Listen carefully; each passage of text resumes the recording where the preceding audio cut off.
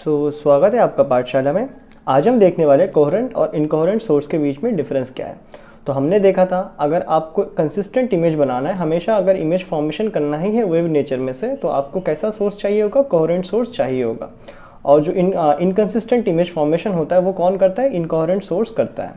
क्या बात है क्लियर है? और मैंने ये भी बताया था नेचर में कोई भी दो लाइट सोर्सेस, मतलब दोनों अगर सेम ही कंपनी का बल्ब है, सेम कलर का बल्ब है, वो दो भी आपस में कोहेरेंट नहीं होते हैं। तो उसी चीज़ के बारे में आज हम यहाँ पे बात करेंगे। तो फर्स्ट हम देखते हैं कि कोहेरेंट सोर्स क्या है। Coherent source of light, that is coherent source of wave क्या है? कोहेरेंट सोर्स ऑफ वेव, ये हमें कुछ ऐसा कहता है कि हमारे पास अगर दो सोर्स हैं, सपोज यहाँ पे S1 सोर्स है जिसमें से कुछ वेव्स निकल रहे हैं, क्या बात है क्लियर है? ये हमारे पास एक वेव आ रहा है, डन। और हमारे पास एक और सोर्स है S2 जिसमें से भी वेव आ रहा है, जिसमें से भी वेव आ रहा है। अगर इन दोनों सोर्स के, इसका और इसका, दोनों के अगर वेवलेंथ सेम हो, दैट इज अगर ये दोनों सोर्स के वेव का जो लेंथ है वो सेम आ जाए, क्या बात है क्लियर है? इसका जो वेवलेंथ रहेगा that is a complete cycle, इसका जो लैम्डा रहेगा वही सेम लैम्डा अगर वेवलेंथ अगर इसका भी हो तो एक कोहेरेंट कह सकते हैं। इसका जो फ्रीक्वेंसी रहेगा, इसका जो फ्रीक्वेंसी रहेगा, सेम फ्रीक्वेंसी भी अगर दोनों का हो तभी हम इसे कोहेरेंट कहेंगे। क्या बात है क्लियर है? इसका जो स्पीड होगा, नहीं हो स्पीड तो सारे इलेक्ट्रोमैग्नेटिक वेव के सेम ही होते हैं तो बोलने ज़रूरत नहीं है। क्या बात है क्लियर है? अब देखो स्पीड को छोड़ते हैं तो कुल मिला के हमें पता चला, क्या पता चला? कोहेरेंट सोर्स ऑफ वेव हम किसे कहेंगे? If the sources have same frequency and same wavelength. क्या बात है क्लियर है? अगर कोई दो सोर्स के पास सेम फ्रीक्वेंसी हो और सेम वेवलेंथ हो तभी हम उसे कोहेरेंट कह पाएंगे। क्या बात है क्लियर है? अब तो आप सोच ही सकते हो कि दो सोर्स के पास सेम चीज़ें कैसे बनेंगे, तो ये बड़ा कॉम्प्लिकेटेड चीज़ है, हमें देखना पड़ेगा बेटा ने। अगर कोई दो सोर्स के पास सेम वेवलेंथ सेम फ्रीक्वेंसी है तभी आप उसे कोहेरेंट सोर्स बोलोगे। क्या बात है क्लियर है हमें? अब देखो एक और जो टर्म आता है वो है फेज डिफरेंस। दो कोहेरेंट सोर्स में हमेशा फेज डिफरेंस सेम होता है, वो चेंज नहीं होता है। इसको हम कैसे समझेंगे? देखो, अच्छा फेस के बारे में अगर मैं तुम्हें समझाऊं तो इसे याद रखना, मैं इसे आगे भी थोड़ा यूज़ करूंगा, कुछ देर में यूज़ होगा, मतलब नेक्स्ट एक दो वीडियो में। अभी स्टैंडर्ड डायग्राम हम ऐसे बनाते हैं, मैंने शायद पहले ही बताया हो। स्टैंडर्ड डायग्राम हम ऐसे बनाएंगे, ठीक है? कभी भी आप डायग्राम को यहाँ से शुरू नहीं करोगे, ये हमारा स्टैंडर्ड है कि हम इसको ही हमेशा बनाएंगे। क्या बात है क्लियर है? अब देखो अभी यहाँ पे ज़ीरो है, ज़ीरो से ऊपर की ओर जा रहा है ना, देखो ज़ीरो से ऊपर की ओर जा रहा है फिर नीचे की ओर आ रहा है। तो ये जो स्टार्टिंग है इसे हम ज़ीरो फेज कहते हैं, इसे हम कहते हैं 90 का फेज, दैट इज़ π/2, और इसे कहते हैं हम पाई का फेज। उसके बाद जब धरती से वो नीचे जाता है, नीचे जाके फिर जब ऊपर आता है, जब वो धरती के नीचे यहाँ घुसता है तो इसे हम कहते हैं 3π/2 का फेज, और इसे हम कहते हैं 2π का फेज। अभी अगर मैं तुम्हें डायग्राम बना के दूँ तो ए वाला वेव और एक और वेव है जैसे ए वाला वेव, क्या इनके बीच में फेज डिफरेंस है? क्या इनके बीच में फेज डिफरेंस है? हाँ है। देखो कैसे, ए वाला वेव क्या कर रहा है? ए तो ऊपर जा रहा है, चलो ये ज़ीरो हो गया, फिर इसका फेस ज़ीरो में। ए वाला वेव कहाँ जा रहा है? नीचे की ओर जा रहा है, तो इसका फेस कितना है? पाई है, नीचे की ओर। कहाँ से जाना शुरू करता है? नीचे की ओर, पाई फेज से। स्टैंडर्ड में से हमेशा फॉलो करोगे आप, तो ये पाई फेज है। तो इसका फेस कितना है? इसका ज़ीरो है। इसका फेस कितने में? फिलहाल पाई में है, डन है क्या? तो सेम अगर दो सोर्सेस कोहेरेंट है तो इनके बीच में जो फेज का डिफरेंस रहेगा ना, देखो यहाँ पे जो फेज का डिफरेंस है वही सेम फेज डिफरेंस यहाँ भी है, वही सेम फेज डिफरेंस यहाँ भी है, और वही सेम यहाँ पे भी है। कैसे है दिखाते हैं। A0 A0, क्या बात है क्लियर है? ये देखो ये 180 में एंटर कर रहा है, ये भी 180 में एंटर कर रहा है। ये देखो ऊपर की ओर आ रहा है, मतलब ज़ीरो या तो 2π होगा, यहाँ पे भी ऊपर की ओर आ रहा है ज़ीरो, नहीं तो 2π होगा। सो याद रखना coherent source of wave, it has same frequency and same wavelength and the phase difference and the phase difference between the waves in दोनों या तीनों जितने भी वेव्स रहे उनके बीच का जो फेज डिफरेंस रहेगा इज ऑलवेज सेम। ये हमेशा क्या रहेगा? सेम रहेगा। इसी सेम को काट के वो बताते हैं कांस्टेंट है। क्या बात है? क्लियर है? इनके बीच का जो फेज डिफरेंस रहेगा हमेशा सेम रहेगा, वो चेंज नहीं होगा, लेकिन उसको बेटर वर्ड में वो लिखते हैं कांस्टेंट है, मतलब वो चेंज नहीं होता है। क्या ये बातें हमें यहाँ तक समझ आता है? डन है। नाउ द क्वेश्चन इज, क्या इस नेचर में कोई भी दो सोर्स, सपोज मैंने पहले ही बताया, मैंने क्या किया, एक बल्ब लेके आया। सपोज मैंने एक बल्ब लाया, डन है, ये मैंने एक बल्ब लाया, सेम कंपनी का बल्ब है। ये मैंने एक और बल्ब लाया, ये भी सेम कंपनी का है, दोनों सेम कंपनी, सेम कलर, सब कुछ सेम है। अगर मैं इनको चालू करूँ तो इनमें से लाइट निकलेगा। क्या ये बात है? क्लियर है? इनमें से लाइट निकलेगा, मतलब ये क्या बन गए? दो सोर्स बन गए लाइट के। क्या ये दोनों बल्ब आपस में कोहेरेंट रहेंगे? Answer is no. That is no two sources of same wattage बोलो या बल्ब बोलो, कुछ भी बोलो, समझ रहे हो? मतलब मैं बोलना चाहता हूँ कोई भी दो bulb, no two source of same wattage produce coherent waves. कोई भी दो, हमारे घर में हम कुछ भी बल्ब यूज़ करें एक ही कंपनी के, वो कोहेरेंट सोर्स नहीं बनाते हैं। नाउ इसमें से बड़ा ही एक फेमस क्वेश्चन पूछा जाता है, हम क्यों कहते हैं नेचर में कोई भी दो अलग अलग सोर्स कोहेरेंट नहीं होते? क्वेश्चन समझ आया? Why two same bulb are not coherent? Source of light. क्यों हमारे पास जो भी बल्ब आते हैं हमारे घर में, वो दो सेम होने के बावजूद भी वो कोहेरेंट सोर्स ऑफ लाइट नहीं है? क्या ये बातें समझ आया? क्यों नहीं है, उसका रीज़न। अब देखो क्यों नहीं है, उसके लिए तुम्हें समझना होगा, हमारा जो बल्ब होते हैं ना, ट्यूबलाइट वगैरह कुछ भी बोलो आप, कलरफुल बल्ब, तो उसमें से कलर इमिट कैसे होता है? देखो ज़रा, एनीहाउ आपको पता होगा इलेक्ट्रॉन ऑसिलेशन करता है। सपोज यहाँ पे एक इलेक्ट्रॉन है, जैसे ही इसमें हम लोग पोटेंशियल सप्लाई करते हैं, जिस पोटेंशियल कन्वर्ट होता है in the form of potential energy. Potential क्या है? मार्किंग है जो बताता है कैपेसिटी टू डू वर्क, और असल में वो कर सकता है। तो ये पोटेंशियल क्या करता है? इसको जंप करवा देता है हायर स्टेट में। जब ये इलेक्ट्रॉन या हायर स्टेट में जाता है ना, इलेक्ट्रॉन को क्या पता चलता है, भाई यहाँ पे तो ऑर्बिटल्स है ही नहीं, मेरे लिए तो जगह है ही नहीं। तो ये क्या करता है, फिर दोबारा उस हायर ऑर्बिट में से दोबारा नीचे जंप करता है अपने पुराने घर में। लेकिन ये जब जंप करता है तो उसको जो एनर्जी लेके वो वापस वहाँ तक गया था ना, उस एनर्जी को लूज़ करना पड़ता है। और जो लूज़ करता है वो करता है in the form of h new, जिसे हम कहते हैं फोटॉन्स। डन है? क्या यहाँ से लाइट निकलता है। अब देखो समझने वाला बात क्या है, क्या है पॉसिबल है कि एक बल्ब के अंदर एक इलेक्ट्रॉन तो भाई एक काम करता है नहीं, वहाँ पे कितने होते हैं? मिलियंस ऑफ इलेक्ट्रॉन्स होते हैं, मिलियंस बिलियंस ऑफ इलेक्ट्रॉन्स रहेंगे जो ये काम कर रहे होंगे, अप एंड डाउन, जाना फिर वापस आना। अब ये जो मिलियंस ऑफ इलेक्ट्रॉन्स है वो क्या सेम अमाउंट ऑफ लाइट को निकालेंगे? सेम अमाउंट ऑफ फ्रीक्वेंसी के साथ? क्या मतलब ऊपर जाना नीचे जाना, सब क्या सेम ही फ्रीक्वेंसी के साथ ऊपर नीचे करते रहेंगे? ऑब्वियसली नहीं करेंगे। सो इसका मतलब क्या होता है कि इनका जो ऊपर जाना, देखो यहाँ पे तो प्लैंक्स कांस्टेंट है, फ्रीक्वेंसी क्या है? चीज़ों को रिपीट करना। क्या ये सारे इलेक्ट्रॉन्स, मिलियंस ऑफ इलेक्ट्रॉन्स क्या सेम ही चीज़ों को रिपीट करेंगे? ऐसा ये ऐसे, कोई धीरे जाएगा, कोई ज़्यादा आएगा, कोई फटाफट जगह आ जाएगा। क्या ये बातें क्लियर है? तो ये लोग दो अलग अलग सोर्स रहेंगे, तो दोनों अलग अलग सोर्स के बाद जो अंदर इस तरह अप एंड डाउन करना होगा मिलियंस ऑफ इलेक्ट्रॉन्स के अंदर, वो सेम नहीं होगा। क्या ये बातें क्लियर है? तो अगर मैं तुम्हें समझाऊँ तो ऐसा होता है, ये तुम्हारा बल्ब है, उसके अंदर में ऐसे इलेक्ट्रॉन, बहुत सारे millions of electron up and down up and down up and down up and down up and down up and down up and down up and down up and down कर रहे हैं। क्या बात है clear है? उसके वजह से यहाँ पे छोटे छोटे लाइट के वेव क्रिएट हो रहे हैं, छोटे लाइट के वेव क्रिएट हो रहे हैं। क्या बात है क्लियर है? छोटे क्रिएट हो रहे हैं। ये सारे छोटे वेव आपस में कंस्ट्रक्ट करके एक बड़ा वेव बन के बाहर निकलते हैं।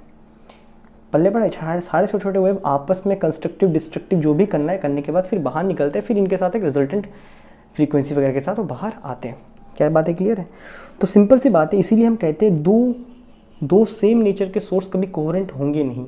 बशर्ते वो सेम बल्ब है, सेम कंपनी के, लेकिन वो कोहेरेंट नहीं होंगे। क्यों नहीं होंगे? क्योंकि यहाँ पे इनका प्रोबेबिलिटी दोनों सोर्स का प्रोबेबिलिटी मिलियंस ऑफ इलेक्ट्रॉन का जो फ्रीक्वेंसी है वो सेम होने के चांसेस ही नहीं बनता है।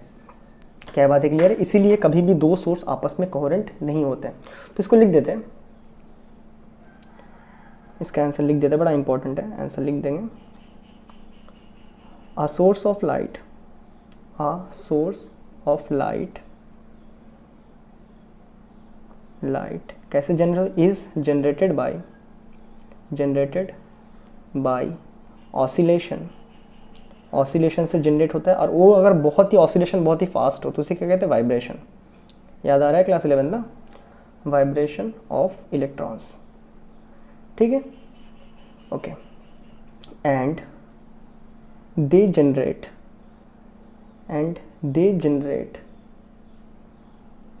लाइट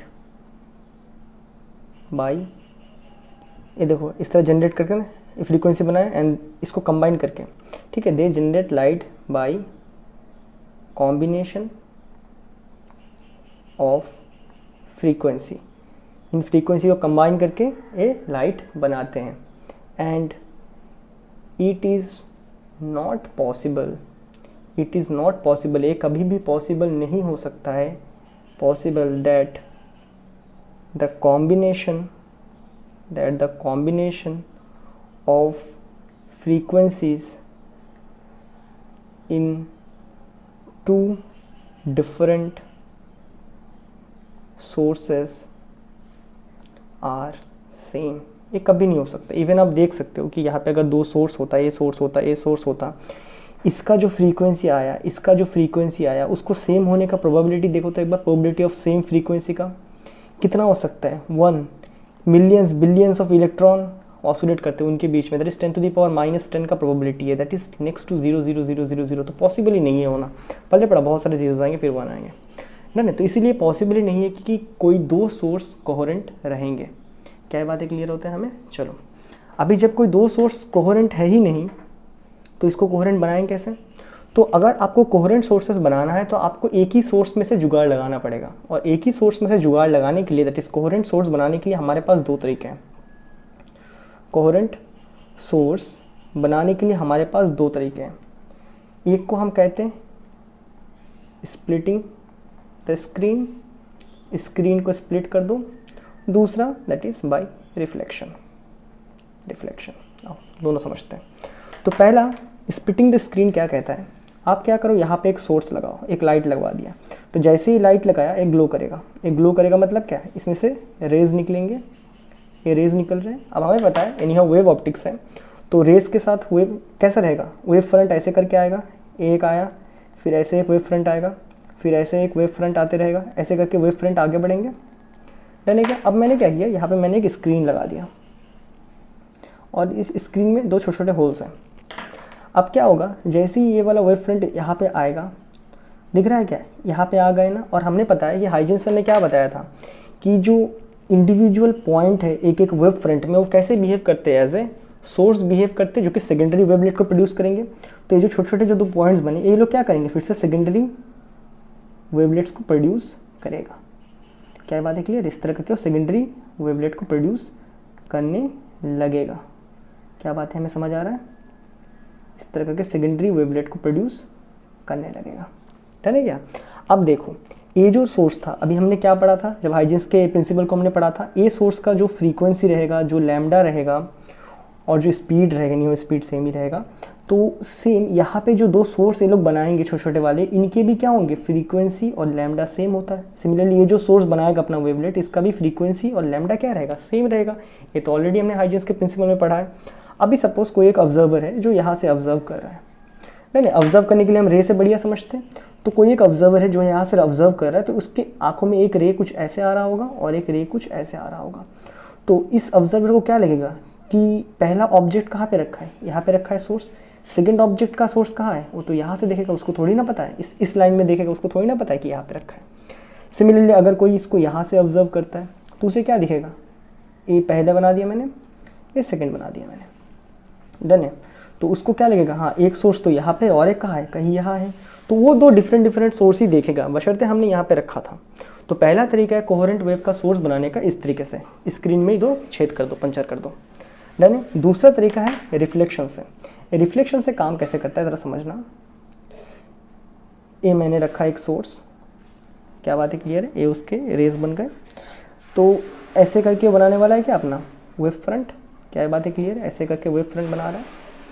सपोज मैंने यहाँ पे क्या कर दिया, एक मिरर रख दिया, ये मैंने रख दिया एक मिरर, तो यहाँ से जो भी रे आएगा वो रे क्या करेगा, ऐसे करके रिफ्लेक्ट करेगा, हाँ या ना। तो ये जो रे रिफ्लेक्ट करेगा मतलब ऐसे करके रेज आए, वही रे रिफ्लेक्ट करने के बाद कैसे ऐसे करके जा रहे हैं ना, हाँ या ना, ये तो हमने पढ़ा है ऑलरेडी। और यहाँ पे अगर कोई बंदा ऑब्जर्व कर रहा है इसे, तो उसे कैसे रहेगा, एक रे यहाँ से आ रहा है और एक रे कहाँ से आ रहा है, ए रहा है, तो वो क्या दिखेगा, हाँ भाई एक सोर्स तो कहीं यहाँ पे होगा और एक सोर्स कहाँ पे, कहीं यहाँ पे होगा, तो मतलब उससे भी दो डिफरेंट सोर्स दिखने लगेंगे। या फिर सेम तुम मान लो कि तुम यहाँ पे एक और रे जा रहा था, तुमने यहाँ पे एक मिरर लगा दिया, ठीक है, ए मिरर से भी रिफ्लेक्ट होकर क्या करेगा, ए रे ऐसे जाएगा। अब मैंने रे बना दिया, तो रे से वेव फ्रंट बनाना काफ़ी ईजी है, तो ऐसे वेव फ्रंट रहे होंगे इसके, और रिफ्लेक्ट होने के बाद ऐसे बन गए वेव फ्रंट, क्या बात है क्लियर है। अभी सेम बंदा अगर इसको इस ए वाला रे को और ए वाला रे को ऑब्जर्व करता है, तो उसे क्या दिखेगा, एक रे कहाँ से आ रहा है, कहीं यहाँ से आ रहा है, और एक रे कहाँ से आ रहा है, यहाँ से आ रहा है, क्या बात है क्लियर है। मतलब ये भी दो डिफरेंट सोर्सेज देखने लगेगा। तो ये है तरीका, अगर आप कोहेरेंट बनाना चाहते हो तो आपको सिंगल सोर्स में से जुगाड़ बनाने पड़ेंगे, डर है क्या। और इसी जुगाड़ को यूज़ करके अपने जो यंग्स थे उन्होंने एक्सपेरिमेंट किया था। असल में हाइजिन सर ने भी एक्सपेरिमेंट करने का ट्राई किया था, लेकिन हाइजिन सर सेम ही दो बल्ब ले लिए थे और सेम दो बल्ब में कोहेरेंट नहीं बनता है। उसके वजह से हाइजिन सर ने प्रैक्टिकली करके नहीं दिखा पाया था। लेकिन जो यंग्स थे, यंग्स ने ये सेटअप बनाया था, यंग्स ने ये सेटअप बनाया था, इसी को कहते हैं डबल स्लिट सेटअप। यंग्स ने ये सेटअप बनाया था क्योंकि जब उनके गुरुजी फेल हो गए थे इस तरह दो डिफरेंट सोर्स यूज़ करके, तो यंग्स ने बनाया था इस सेटअप को। इस सेटअप को यंग्स ने बना के प्रूव किया था कि जो हाइजिन सर कह रहे थे वो सही है, क्योंकि यंग हाइजिन सर के स्टूडेंट थे, डन है, क्या बात है क्लियर है। तो और उसके बाद ए वाला हम लोगों ने बनाया था। इवन मैं जब इंजीनियरिंग में था तो मैंने जब इस एक्सपेरिमेंट को किया था तो मैंने रिफ्लेक्शन को यूज़ करके किया था, ठीक है, हमने ए वाला नहीं किया था, इसको यूज़ करके किया था, डन। ए बहुत बाद में बनाया गया था, लेकिन अभी है तो पढ़ लिया हमने। और डबल स्लिट को किसने बनाया था, आपका यंग्स ने बनाया था। यंग्स ने बनाया था कि भाई क्योंकि दो कभी सोर्सेस आपस में कोहेरेंट हो ही नहीं सकते, तो अगर आपको कोहेरेंट बनाना है तो कुछ जुगाड़ लगाना पड़ेगा। और एक जुगाड़ लगा के उन्होंने प्रूव किया था कि जो यह हाइजिन सर कह रहे थे कि कंस्ट्रक्टिव डिस्ट्रक्टिव होता है वो सच में होता है। क्या ये बातें क्लियर है। तो अभी आपको समझ आ गया होगा कोहेरेंट और इनकोहेरेंट सोर्स। कोहेरेंट सोर्स में लैम्डा सेम होगा, फ्रीक्वेंसी सेम होगा और फेज डिफरेंस हमेशा दो वेव के बीच में सेम रहेगा। क्या ये बातें क्लियर है। और कोहेरेंट सोर्स हमेशा क्या बनाएगा, आपका कंसिस्टेंट इमेज बनाएगा। और इनकोहेरेंट सोर्स है जो हमारे घर में आसपास हर जगह दिखता है, वो इनकंसिस्टेंट इमेज बनाते हैं, कभी ज़्यादा ब्राइट दिखेगा, कभी ज़्यादा कम दिखेगा। क्या ये बातें क्लियर है। तो मैं मिलता हूँ आपसे नेक्स्ट वीडियो में, जहाँ पे हम लोग डिस्कस करेंगे कि जो कोहेरेंट, अभी देखो हमें पता चल गया कोहेरेंट वेव चाहिए कंस्ट्रक्टिव डिस्ट्रक्टिव बनाने के लिए। अब हम आएंगे इसके मैथमेटिकल अप्रोच में, डन है। मैथमेटिकल अप्रोच के पहले मुझे वही मैथमेटिकल वाले सारे चीज़ मुझे ग्राफिकल तरीके से समझना, मतलब समझाना पड़ेगा, क्योंकि ग्राफिकल से इजीली समझ आता है और आपके बुक में डायरेक्ट मैथमेटिकल एक्सप्रेशन दिया हुआ है। तो पहले मैं आपको ग्राफिकली उसको समझाऊंगा, क्योंकि वेव है यानी हाँ भाई किसी ने डायरेक्ट मैथमेटिक्स से इसको सॉल्व नहीं किया था, पहले उन्होंने ग्राफ बना के सॉल्व किया। वो वेक्टर हो या कुछ हो, सब कुछ ग्राफ बना के पहले सॉल्व करते, फिर उसका मैथमेटिक्स बनाते हैं। अरे भाई it is not at all possible that area of triangle आप लिख दो half into base into height until and unless आप इसको एक ग्राफ में प्लॉट करो, है ना। क्या तो सेम वेव के साथ भी वैसा ही कहानी है। तो पहले इसको वेव में प्लॉटिंग करेंगे, फिर हम उसको बढ़िया से समझेंगे, उसके बाद मैं आपको डायरेक्टली मैथमेटिकल सिखा दूंगा, जो कि आपके सिलेबस में दिया जाता है डायरेक्ट स्ट्रेट फॉरवर्ड, है ना। तो हम मिलते हैं नेक्स्ट वीडियो में, वहाँ पे हम डिटेल में डिस्कस करेंगे कि फेज डिफरेंस कितना होना, पाथ डिफरेंस कितना होना कंस्ट्रक्टिव या डिस्ट्रक्टिव के लिए। तो मैं मिलता हूँ आपसे नेक्स्ट वीडियो में, तब तक के लिए गुड बाय।